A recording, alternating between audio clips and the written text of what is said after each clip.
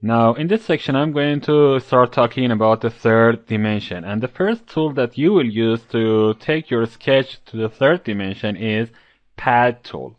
Now, the one thing that I want to mention right now is the order of operation. The order of operation in Catia is not important. You can select the tool and then draw the sketch that you need for that tool. You can draw a sketch first and then select the tool and start padding, grooving, or pocketing, or anything else that you want to do there. So this is not important here.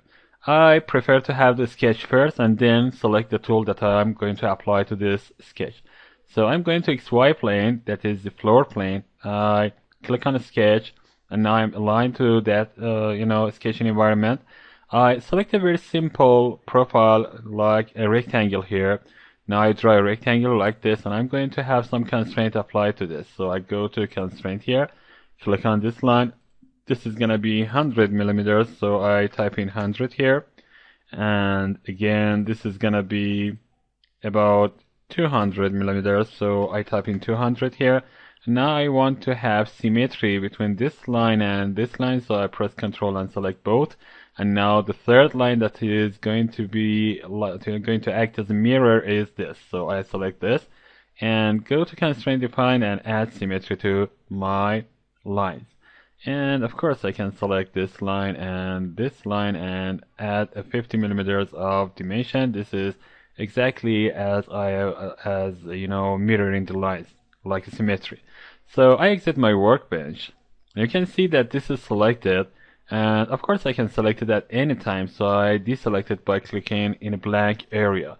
I'm going to select the pad tool here, and if you do not see this here, you can go to insert, you can go to sketch base feature, and you can see padding here. So I have this tool selected, and you can see that the first thing that I want to choose is the type of padding. The only thing that I can select right now is dimension, because I do not have any other limits to use up to next, last, planar surface. So I'm going to talk about these later. So I have dimension. I want to have padding about 50 millimeters. That means I'm going to have 50 millimeters of mass added to this shape. And now you can see that the selection is empty. It tells me that there is no selection. If I want to create a sketch from the scratch, I can click on this sketch button here, but I'm going to select the sketch that I have created previously. So I can move my mouse over the sketch, or if it is hard to select what you have created, you can go to the specification tree. Now you can see the sketch here. Whenever you click here, you can see that the sketch goes under the pad and it is indented. It is part of the pad right now. So you can see a preview here. And the preview tells me that this is upward. So if I want to have it downward, I will click on this little arrow here. You can see that it changes direction. I can click on this again. Again, it changes direction. Or the same thing can be achieved using the reverse direction button in pad definition. So if I click on this, you can see that I change the direction to the opposite side.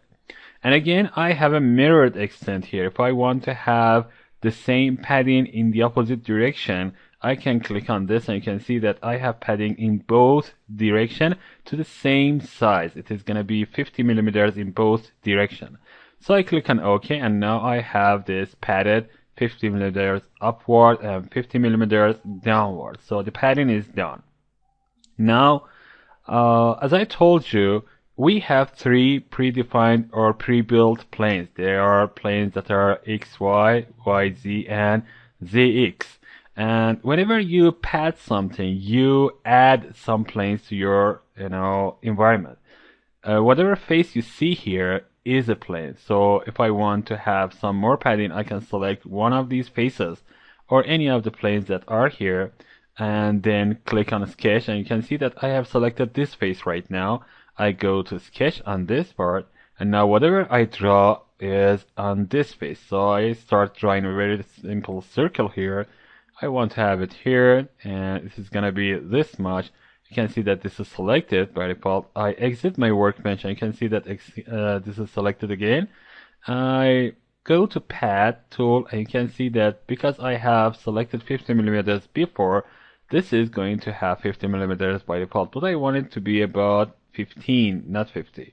So the sketch can be changed whenever I, go to selection and select another sketch, but it is okay for me. So I click on OK, and you can see that there is another padding added to my environment.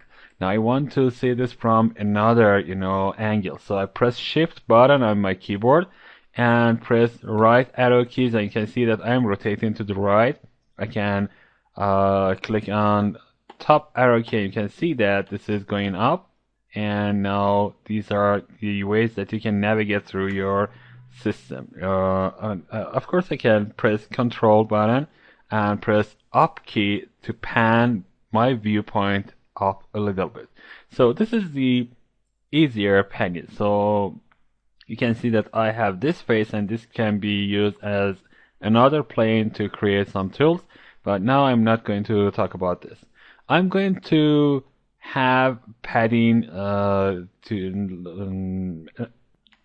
with more options. So I go and select, for example, XY plane again, and I click on a sketch, and now I'm in, XY plane. I want to pad to the right using Control button and right arrow key, and now I have an empty space here. I want to draw again a very simple rectangle, and now I'm not going to add any constraint to this. I want to exit, and now you can see that I have this here with Shift key and the right arrow key. I want to change my viewpoint so that I can see this better.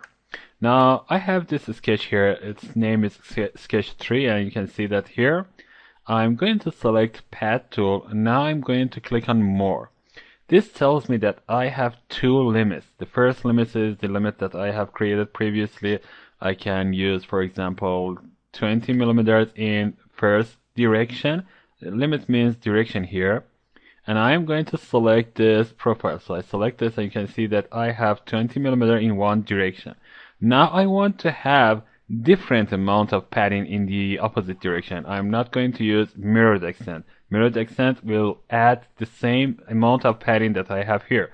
I want to have about, for example, 35 millimeter of padding in the other direction. So I click on the second limit and type in 35, and now that I have this, I can click on preview. You can see that this is 35 millimeter in one direction and 20 millimeter in the other direction. So if I want to change directions, I can click on reverse direction again.